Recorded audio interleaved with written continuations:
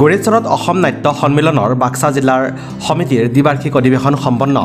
বাক্সা জিলা সমিতিৰ নাট্য সন্মিলনৰ সভাপতি লক্ষী ৰাজবংশীৰ পৌৰোহিত্যত অনুষ্ঠিত হয় এখন সভাৰ উদ্দেশ্য ব্যাখ্যা কৰে বাক্সা জিলা নাট্য সন্মিলনৰ সম্পাদক চিন্ময় পাঠকে। ৰত্নপীঠ মণ্ডলৰ অন্তৰ্গত অসম নাট্য সন্মিলনৰ নতুন 3খন জিলা গঠন কৰাৰ কথা প্ৰকাশ কৰিলে ৰত্নপীঠ মণ্ডলৰ সম্পাদক অভিজিৎ দাসে। তামুলপুৰ জিলা, বঙাইগাঁও জিলা আৰু ধুবুৰী জিলা এই 3খন জিলা নতুনকৈ গঠন কৰা হ'ব। বাক্সা জিলা সমিতিখন অহা 31 ডিচেম্বৰলৈ বাহাল ৰখা হ'ব। ইপিনে অহা 23 আৰু 24 ডিচেম্বৰত বঙাইগাঁও ইউথ কলাক্ষেত্ৰৰ আতীৰ্থত ৰত্নপীঠ মণ্ডলৰ অধিৱেশন অনুষ্ঠিত কৰা হ'ব। উক্ত অনুষ্ঠানত 9খনকৈ নাট প্ৰতিযোগিতাত মঞ্চস্থ কৰা হ'ব।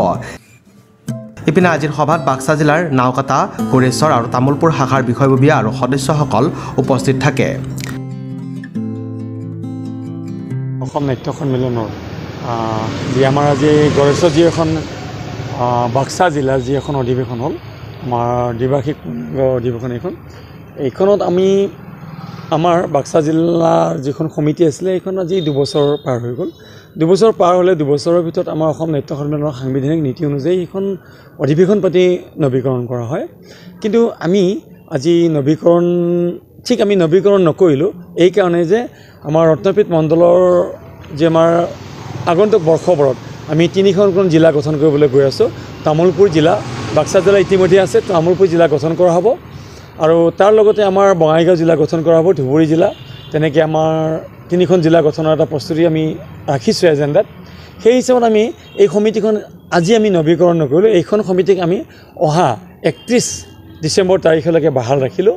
আমি এখন সভা কৰিলোঁ। এই সভাত আমি এটা প্ৰস্তাৱ গ্ৰহণ কৰিছোঁ আৰু এই প্ৰস্তাৱ মৰ্মে আমি 31 তাৰিখত এই সভাখন পূৰ্ণাংগৰূপে আমি গঠন কৰি আমাৰ তামুলপুৰ জিলা গঠনৰ এখন প্ৰস্তুতি কৰা হ'ব আৰু লগতে বাক্সা জিলাও গঠন কৰা হ'ব। বাক্সা জিলা স্বতন্ত্ৰ থাকিব, তামুলপুৰ জিলাও স্বতন্ত্ৰকৈ গঠন কৰা হ'ব।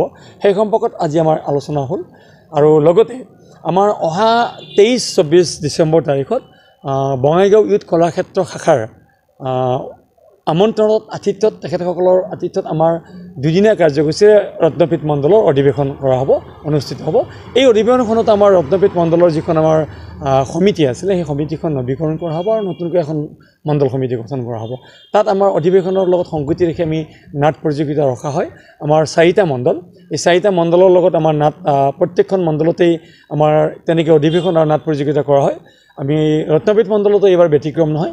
আমি মণ্ডলত আমাৰ 23 আৰু 24 9খনকৈ আমাৰ নাটক মঞ্চস্থ কৰা হ'ব প্ৰতিযোগিতাত। এই 9টা দলে 9টা শাখাই আমাৰ নাট প্ৰতিযোগিতাত অংশগ্ৰহণ কৰিব। তাৰ পৰা আমাৰ 2খন নাটক আমাৰ তেজপুৰ অধিৱেশন যি 17, 18, 19, 20, 21 জানুৱাৰীত তেজপুৰত অনুষ্ঠিত হ'ব। সেই অধিৱেশনত 2খন নাটকে অংশগ্ৰহণ কৰিব। এই মণ্ডল অধিৱেশনত যি 2খন প্ৰথম আৰু দ্বিতীয় বিজয়ী নাটক হ'ব, তেখেতসকলে আপোনাৰ এই ৰত্নপীঠ মণ্ডলৰ হকে মানে আমাৰ এই তেজপুৰ অধিৱেশনত অংশগ্ৰহণ কৰিব। সেই সম্পৰ্কত আলোচনা হ'ল আৰু আমাৰ প্ৰতিটো শাখাৰ পৰা আমি 5জনকৈ আমি প্ৰতিনিধি পঠোৱাৰ সিদ্ধান্ত গ্ৰহণ কৰা হৈছে। এই প্ৰস্তাৱ লোৱা হৈছে আমাৰ বাক্সা জিলাৰ পৰা বাক্সা জিলা সমিতি, লগতে বাক্সা জিলাৰ পৰা আমাৰ মণ্ডল যিবিলাক প্ৰতিনিধি তেখেতসকল থাকিব আৰু প্ৰতিটো শাখাৰ পৰা আমাৰ প্ৰতিনিধিসকল থাকিব।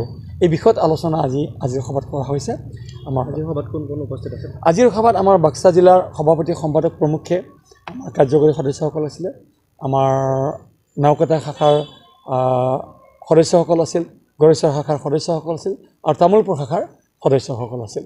আৰু আমাৰ 2-3টি শাখাই আজি তেওঁলোকে আমাৰ বিশেষ অসুবিধাৰ কাৰণে উপস্থিত হ'ব নোৱাৰিলে। তেনেকৈ আমাৰ 3টা শাখা লৈ পেলাই আজি আমাৰ আলোচনা চক্ৰখন আগবঢ়োৱা হৈছে। কোনে চলাইছে? সভাখনত আমাৰ স্থায়ী সভাপতি বাক্সা জিলাৰ সন্মানীয় সভাপতি লক্ষী ৰাজবংশীদেৱে তেখেতে সভাপতিত্ব কৰিছিল আৰু আমাৰ সভাৰ উদ্দেশ্য ব্যাখ্যা ৰাখিছিল আমাৰ সম্পাদক চিন্ময় পাঠকদেৱে। Desk report, news express, Assam.